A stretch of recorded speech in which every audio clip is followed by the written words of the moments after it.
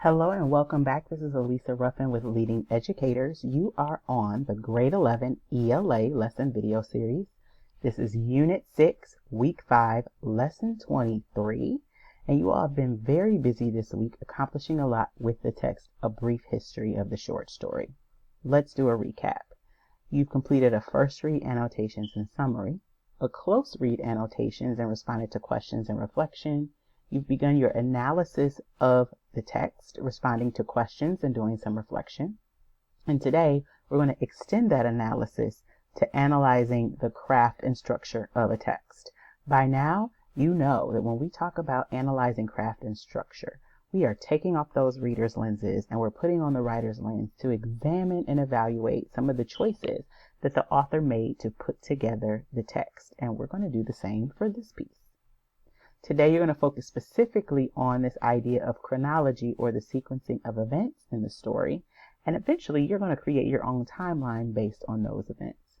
But before we get started, remember that once we're done with those activities for today, you're going to share your learning with a family member, friend, or caregiver, complete the weekly fluency activity using a page from the text, and do an additional 20 minutes of reading today for leisure from a book of your choice. And we're also going to jump into our next riddle of the day, aka this week, the Rebus puzzle, where you're going to look at a picture, try to decode it, crack that code, and find out what the answer to the riddle is. Gather everyone around if that's what you're doing. Laser focus if it's just you. And let's look at the image for today. I really like this one. It's challenging, and the answer is cute. All right, so you have time to discuss, debate. Maybe you have preliminary reactions right away, and you've already put 2 and 2 together. If that's the case, great. If not, and you need a little bit more time, this is the time where you press pause because I'm going to reveal the answer. Today's Rebus puzzle answer: freebies. Freebies. Cool. All right, I like it. Actually a little funny. Now that we've done that and you've got that creative part of your brain and that critical thinking part of your brain working in tandem, we're going to move on and make sure that we have all of the items necessary for our learning today. Make sure that you have a brief history of the short story text, your learning packet, specifically week 5, lesson 23, and the note catcher that goes along with it. A pen or pencil and a smartphone or mobile device is completely optional if you want to access the text digitally. Another brief overview and refresher about the text. It's written by author D.F. McCourt. It is a nonfiction magazine article that chronicles the history of a short story, briefly, from the 1820s to the present. It also connects to our essential question, what do stories reveal about the human condition? And yesterday, you wrestled with the guiding question associated with this text: how does this literary history shed light on the short story's ability to address the human condition? So taking that essential question and stretching it even further in this context. Our learning targets for today as we analyze craft and structure are: I can analyze how the author sequences events in the text. I can create a chronological timeline to reflect the events presented in the text. As is our routine, we will work through the read, think, talk, write, and close protocol. And today, you are going to skim or reread through the text in order to evaluate with your writer's lens the craft and structure used, specifically centered around sequencing of events. And then you're going to think about how authors can choose to present events organized in a text. They can do it topically, thematically, or chronologically. Which approach do you think is the most effective and why? Do you think organizing events like historical events topically, thematically, or chronologically is the best way to go? And then, as you're talking with a family member, friend, or caregiver, make sure you share a list of literary genres from the text with them. And so if you remember from our previous reads, we talked about the idea of horror, detective stories, and science fiction. Those are the 3 genres mentioned in this article. You're going to bring those topics up, those 3 genres, and discuss which of those 3 are your favorite and which of those 3 are their favorites and why. Make sure you include your responses in the note catcher. When you move on to the right section, you are going to complete a chronological chart for the text that allows you to organize all the events that the author presents in order by date. You're going to think about why the author would have chosen to go about it this way. And then finally, you're going to extend your learning from that chronology chart to create a timeline of events and include that timeline in the note catcher. And I'm going to walk through both of those things with you. I really think that doing this timeline is another opportunity for you all to take your creativity for a spin and to do something that you wouldn't typically do, as well as wrap up and tie together that learning. So let's get started here. We're going to quick model your response to the think question today. Which approach to presenting historical events, topical, thematic, or chronological, do you think is the most effective and why? Cite examples from the text. So let's just look at what those three categories or classifications actually mean so that you can respond. I need to remember that topic refers to the overall subject, that the theme can be an idea or message, and you guys have really looked at and examined theme over several texts over the past few weeks. And then when I say chronological, we're talking about time. So we're thinking about if an author chooses to use subjects, messages, or time to organize or present historical events. And then I want you to think about what is the most effective approach. So I have to consider what effective means in this circumstance, in this context. Effective would mean I have to understand the author's purpose for writing. In this case, it's to inform readers about the history of the short story. So I need to ask myself if the method the author chooses and the method the author chose helped to convey his message clearly to the reader.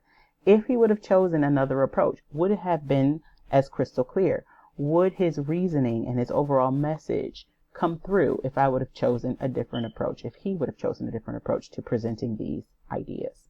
So that's the type of thinking you need to engage in when you're responding to this question.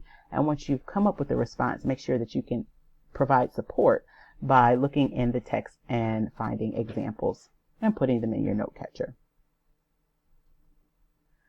The next part of your activity today in the right section is that you're going to complete a chronological chart of events.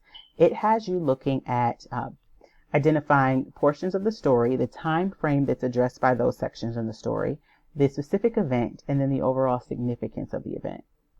I have significance highlighted here because it's extremely important that this is not just me listing down events where they took place, the time, and where it's located in the story. I need to explain why this event is important as it relates to the overall history of the short story. Not just important in general, but in the context of the history of the short story. What impact did this event have on the life of a short story, the popularity of a short story, the struggle of the short story? So significance is, oddly enough, very important. And you need to be thinking through that as you fill out that particular column.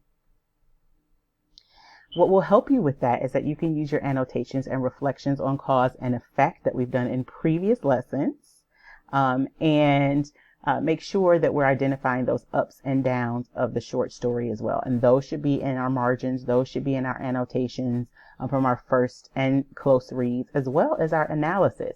So we're not starting from scratch here. We can always go back to our annotations and help build really good, effective answers.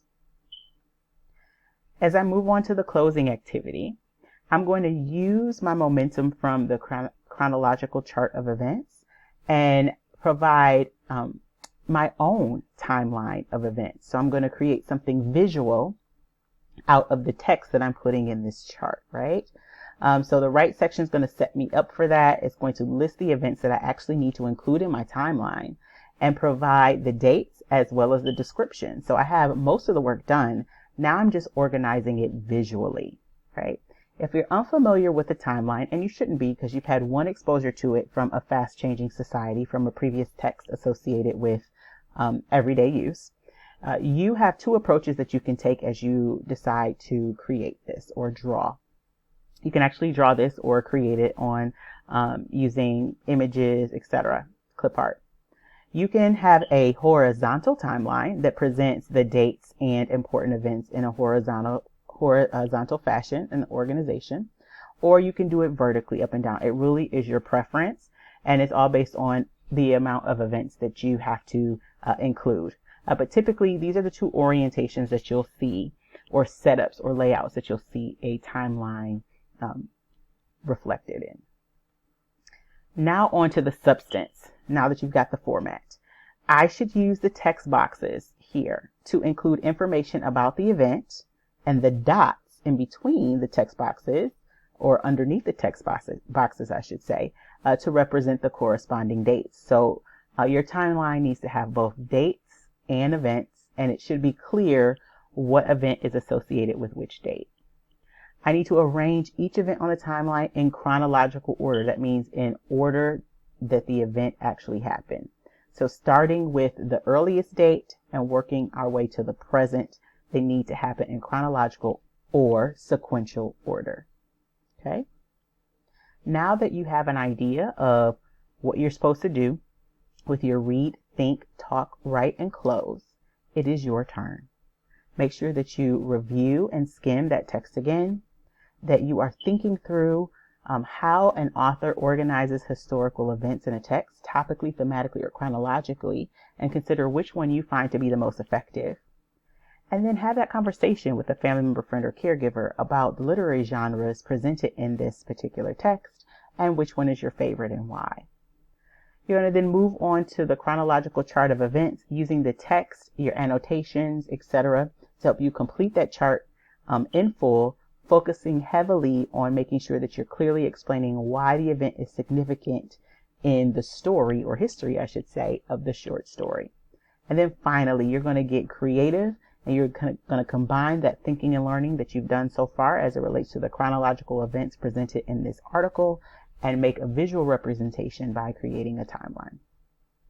Another tall order of activities, but one, again, building to another as links in a chain.